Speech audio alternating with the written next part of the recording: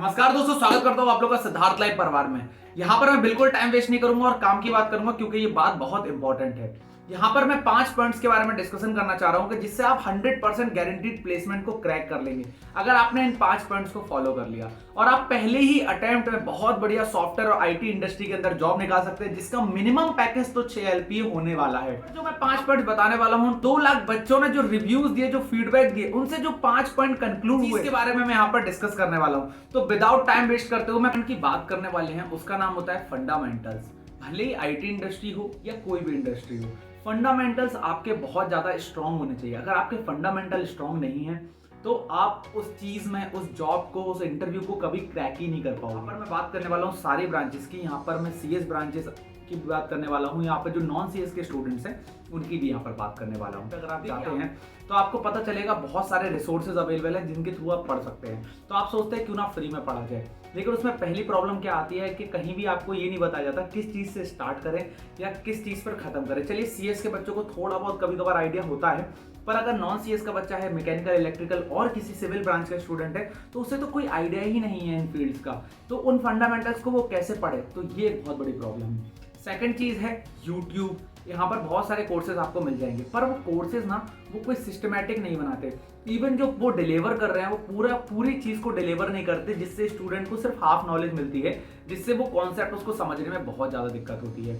तो यहाँ पर जो फंडामेंटल्स है वो बहुत ज़्यादा इंपॉर्टेंट है। अगर आपके फंडामेंटल्स स्ट्रॉन्ग हैं तो आप किसी भी इंटरव्यू को ईजिली क्रैक कर सकते हो।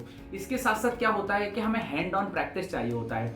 हम कॉलेजेस में पढ़ते हैं, हमें हैंड ऑन प्रैक्टिस नहीं मिलता है, तो इसके वजह से क्या होता है कि हम लोग जो प्रैक्टिकली जब हम जाते हैं, रियल एक्सपीरियंस करते हैं, तब हमें बहुत ज़्यादा प्रॉब्लम फेस करनी पड़ती है। अगर हम एक कंक्लूजन निकाले तो कंक्लूजन ये निकलता है कि अगर आपको एक अच्छी जॉब क्रैक करनी है तो आपको हैंड ऑन एक्सपीरियंस, इवन आप फंडामेंटल्स को अच्छा करना। अब हम बात करते हैं सेकंड पॉइंट की। सेकंड पॉइंट का मतलब है प्रोजेक्ट। अब हम बात करते हैं प्रोजेक्ट्स की, तो यहाँ पर CS के बच्चे क्या होते हैं, कुछ प्रोजेक्ट्स करते हैं फाइनल ईयर, ठीक है। अब हमें पता है बीटेक के प्रोजेक्ट कितने अच्छे होते हैं। अगर आपका college top IIT, top NIT नहीं है, और हम लोग इंडिया में आपको जैसे पता है कि हर साल 13.5 लाख इंजीनियर पास आउट हो रहे हैं, और IIT से पास हो रहे हैं अप्रॉक्सीमेटली 7-8 हज़ार।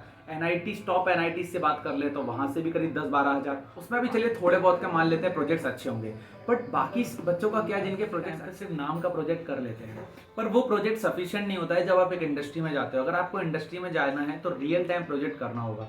अब जैसे कि पता है कि इंडस्ट्री 4.0 है या फुल स्टैक डेवलपर प्रोग्राम है, जिन ट्रेनर्स ने खुद ये प्रोग्राम किए हैं, मतलब 4.0 इंडस्ट्रीज या फुल स्टैक डेवलपर का, तो वो आपको रियल टाइम सही में नॉलेज दे पाएंगे कि प्रोजेक्ट कैसे करना होता है और उस प्रोजेक्ट के बेनिफिट्स क्या निकलेंगे, उस प्रैक्टिकल स्किल्स के बेनिफिट्स क्या निकलेंगे।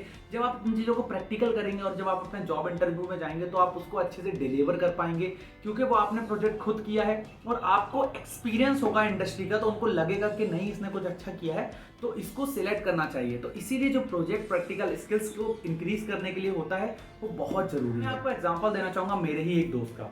मेरा ही एक दोस्त बहुत अच्छा उसका टेक्निकल है, बहुत अच्छी उसकी नॉलेज है। ऑलरेडी वो कॉलेज में 16 से 17 इंटरव्यूज दे चुका है, बट उसके इंटरव्यूज क्रैक नहीं हो रहे हैं, ठीक है। अब यहाँ पर क्या है, उसका टेक्निकल तो अच्छा है पर उसके इंटरव्यू क्रैक क्यों नहीं हो रहा है? क्योंकि यार वो प्रैक्टिस नहीं कर रहा है सही तरीके से मॉक इंटरव्यू। के फंडामेंटल्स काफ़ी अच्छे हो, पर आप क्या है, आप जब इंटरव्यू में जाते हो तो आपके अंदर वो कॉन्फिडेंस वो बूस्ट नहीं हो पाता, क्योंकि आपने कभी मॉक इंटरव्यूज दिए ही नहीं है, आपने कभी बड़ी कंपनीज के इंटरव्यू फेस किए ही नहीं है। तो आप जब जाते हो पैनल के सामने तो आप अपना कॉन्फिडेंस लूज करने लगते हो। तो वहां पर क्या होता है, जो चीज़ आपको डिलीवर करना होता है ना, आप उसे भी अच्छी तरीके से डिलीवर नहीं कर पाते।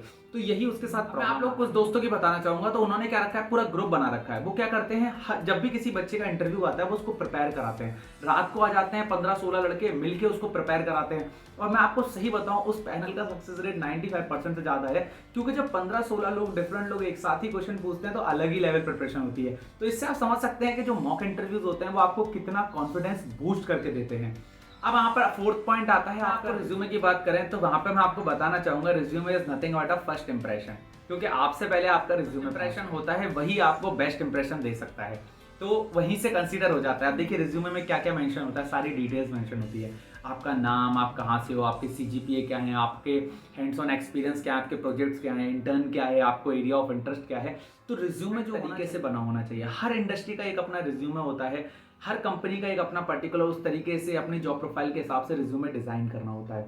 बहुत सारे लोग बहुत सारी छोटी छोटी बेसिक मिस्टेक्स, एक रियल एग्जांपल जो मैंने खुद देखा है अपने बीटेक में, मेरे एक सीनियर थे, वो एक कंपनी के लिए अप्लाई किया, उन्होंने अपना रिज्यूमे लेकर गए, उनके रिज्यूमे में छोटी सी, बहुत छोटी सी मिस्टेक, उन्होंने जब देखा रिज्यूमे में और स्टार्टिंग में ही ऐसी गलती, तो उन्होंने कहा यार ये तो मतलब काफी बड़ी लापरवाही है, और लास्ट में उन्होंने नहीं सिलेक्ट किया। तो ये जो छोटी छोटी मिस्टेक्स होती हैं, मैंने खुद देखा है एचआर्स और जो टेक्निकल इंटरव्यू राउंड्स होते हैं उसमें कंसीडर की जाती हैं कि यार अगर आप रिज्यूमे ही अच्छे से नहीं बता पा रहे हो, क्योंकि रिज्यूमे ही आपका सबसे पहले जाने वाला है। कई बार ऐसा होता है कि रिज्यूमे के बेसिस पे ही शॉर्टलिस्टिंग होती है, तो रिज्यूमे को अच्छा करना है। की बात करते हैं कॉन्फिडेंस एंड कम्युनिकेशन स्किल्स। जैसे कि मैंने आपको मॉक इंटरव्यू में ऑलरेडी बता दिया, तो कॉन्फिडेंस तो बहुत इंपॉर्टेंट है। अगर आपके अंदर कॉन्फिडेंस है तो आप रिटन में, अगर आपको कुछ नहीं भी आता है तो आप थोड़ा दिमाग लगाओगे, उसे आराम से क्रैक करना। नेक्स्ट चीज है communication skills. Communication skills is very important. कई बार क्या होता है, मैंने देखा है लोगों को इतने अच्छे फंडामेंटल्स नहीं आते, पर उनकी कम्युनिकेशन इतनी अच्छी होती है कि वो एचआर को अपनी बातों से खुश कर देते हैं।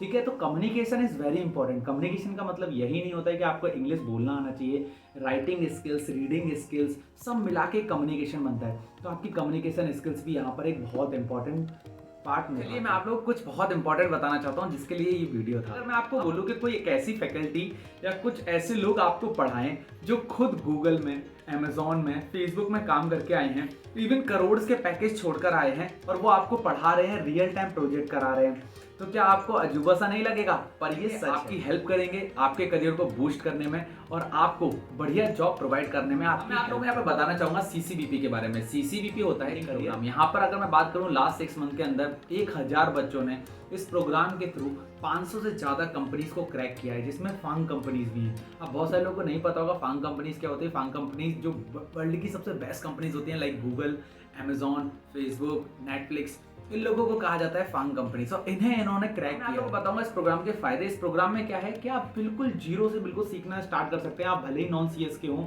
या सीएस के हों, बिल्कुल जीरो से आपको पढ़ाया जाएगा और रियल टाइम प्रोजेक्ट्स तक आपको ले जाया जाएगा और आपको तैयार किया जाएगा इंडस्ट्री में, जिससे आप इंडस्ट्री में जाके एक 100% चांस के साथ आप जॉब क्रैक कर। यहाँ पर फर्क नहीं पड़ता कि आपकी डिग्री क्या है, आपके बीटेक परसेंटेज क्या है, आपके पास क्या है आपकी डिग्री में, बट अगर आपने जो रियल प्रैक्टिकल आप यहाँ से सीखेंगे, उससे आप बहुत अच्छी कंपनीज को क्रैक कर सकते हैं। मैं आपको इसके साथ बताना चाहूँगा, यहाँ पर बहुत सारे बच्चे हैं जिनके बहुत ज़्यादा बैकलॉग्स थे, जिनको कोई नॉलेज नहीं था, जो सीएस से नहीं थे, जिनके पास बहुत बैकलॉग्स थी, तो इन्होंने भी बढ़िया बढ़िया पैकेज को ग्रैब किया है, अच्छे पैकेजेस को ग्रैब किया है। सक्सेस स्टोरी सोच के आपको लगता तो होगा कि यार ये बता तो रहा है, पर इसको स्टार्ट कैसे करना है, कैसे एक शॉर्ट पीरियड लाइक 4 मंथ के अंदर हम लोग बहुत ज़्यादा हाई सैलरी की स्किल्ड जॉब लगा सकते हैं।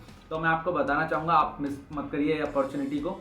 सीसीबीपी के करियर एक्सपर्ट से बात करिए। उसके लिए आप लोग डेमो क्लास को बुक कर सकते हैं। डेमो क्लास बुक करने के लिए मैं आप लोगों को बताना चाहूँगा, नीचे डिस्क्रिप्शन में जाइए, डेमो क्लास की लिंक, आप क्या करिए उस लिंक में जाइए, क्लिक करिए, एक्सपर्ट के साथ डेमो बुक करिए और उनसे समझिए कि ये सीसीबीपी कैसे काम करता है। यहाँ पर आप एक बहुत ही छोटे पीरियड में लाइक 4 से 5 महीने के अंदर आप बहुत अच्छी जॉब क्रैक कर सकते हैं। लास्ट में एक बात बताना चाहूँगा कि बहुत सारे एनआईटीज़ में और आईआईटीज़ में क्या है, प्लेसमेंट्स नहीं है, तो उन बच्चों के लिए बेस्ट प्रोग्राम है। तो आप लोग जाइए, एटलीस्ट एक डेमो क्लास लेकर। मुझे लगता है कि आप लोगों को जो ये मैंने वीडियो बनाया और ये जो चीज़ें समझाई, आपको ये चीज़ें समझ में आई होंगी, ये चीज़ें आप लोगों को अच्छी लगी, आप लोगों को ये जो चीज़ें बताई ये आपको समझ में आई होंगी, तो एक बार जाकर डिस्क्रिप्शन को जरूर चेक कर लेना। बाकी वीडियो को लाइक कर देना, वीडियो को शेयर कर देना, चैनल कर देना सब्सक्राइब।